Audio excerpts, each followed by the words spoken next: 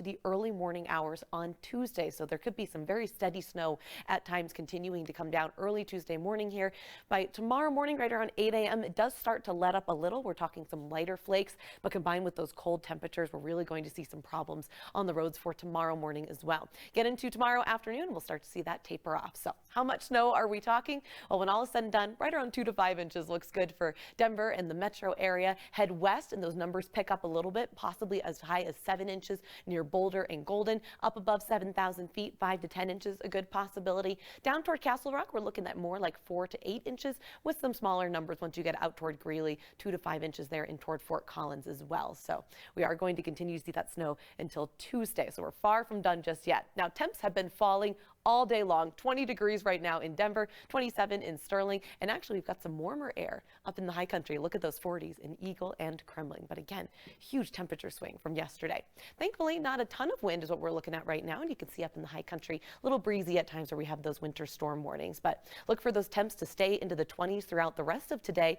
Overnight, down to 9 degrees, a little breeze with that snow, and then we do have tomorrow. These are your high temperatures. Yep, 18 degrees in Denver, Littleton also at 18 degrees, and so teens pretty much across the board, and that is going to make for some pretty icy conditions on the roads tomorrow morning as well. Now it gets even colder by early Wednesday morning once we start to see those clearing skies. Those temperatures really plummet after a fresh snowfall, and then after a little rain snow mix on Friday, we start melting by the time we get to Saturday. And speaking of slippery roads, the morning commute was wet, slippery for drivers today. Becky Ditchfield, she's been tracking all the traffic troubles today. What are you seeing at this hour, Becky? You know, traffic's pretty light, so that's good, but the only concern is we've got a lot of wet roads out there, and as those temperatures continue to fall, that's just going to freeze. So for tonight's drive, that could cause some big problems, and it's certainly going to leave ice on the road for tomorrow morning's drive.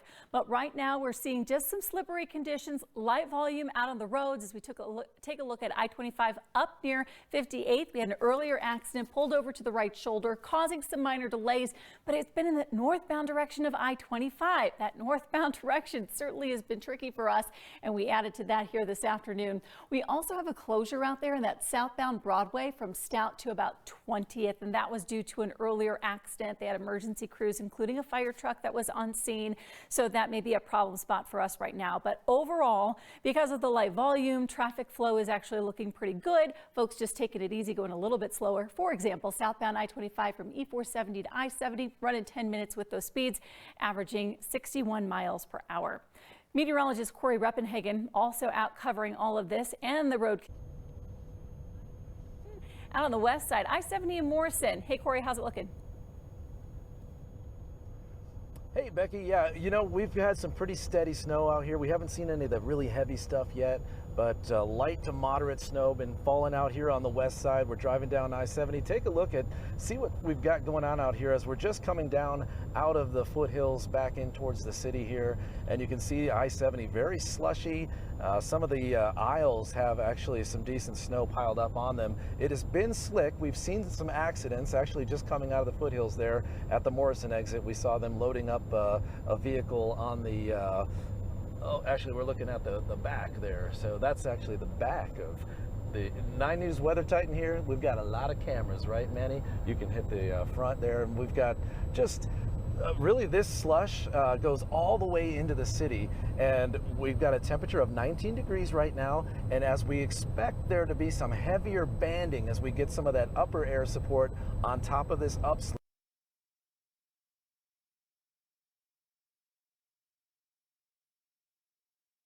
Everybody. Lost Corey. Don't worry about it. Oh, sorry, guys. I was thinking Corey was still talking here. So there's not a lot. We're in the southeast metro area. There's not a lot coming down from the sky right now. So the roads don't seem to be getting any worse. There's just a few flurries.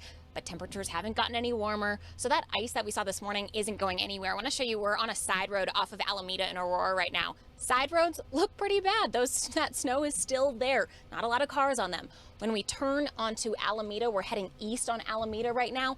Roads look a lot better. There's still some slush, still some icy patches. The city of Aurora is on accident alert. So that means unless there are injuries, the wreck blocks the road, there's a possible DUI, or one driver has no insurance, don't call 911. exchange information, and report that crash online.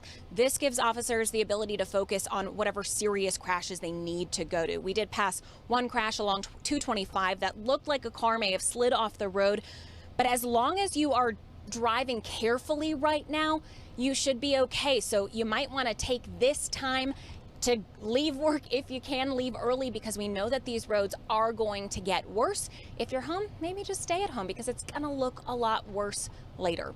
Back to you, John. All right, thanks so much, Katie. Yeah, good idea to stay home today with the weather like this. In addition to the slippery road conditions, the snow is also creating travel problems in the sky. Right now, there are more than 200 flight delays at DIA, and nearly 130 flights are canceled. As always, make sure to check your flight status before heading to the airport. If you haven't downloaded the 9 News app, today is a good day to do that. As the storm moves in, it gives you a look at the forecast in your area and any traffic troubles that have been caused by the winter weather. It's free to download on the Apple and Google Play stores.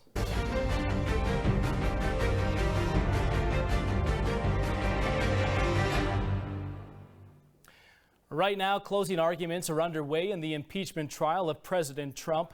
Each side gets 2 hours to wrap up their latest statements ahead on a final vote on Wednesday. It's almost certain the president will be acquitted, especially after the Senate voted against having witnesses in the trial last week. But despite Republican efforts at making this a quick trial, it will not end in time for tomorrow's State of the Union address. It will be delivered by an impeached president still on trial. Meanwhile, the 2020 presidential election officially kicks off tonight. The Iowa caucuses begin. There's a lot of excitement, but uncertainty in the Hawkeye state. And it's really anyone's race to win. Here's NBC's Wendy Wolford. We all have one goal, and we better come together to meet that goal. We are going to beat Donald Trump. All eyes on Iowa. Democratic hopefuls finishing their last-minute dash across the Hawkeye state, hoping they did enough to convince voters they should be the party's nominee. We're kind of like a yard sign for the rest of the country. When they see who can win here, it may increase folks' chances of voting for that candidate on Super Tuesday. But what they are looking for is a candidate who's going to unite the country and bring decency back.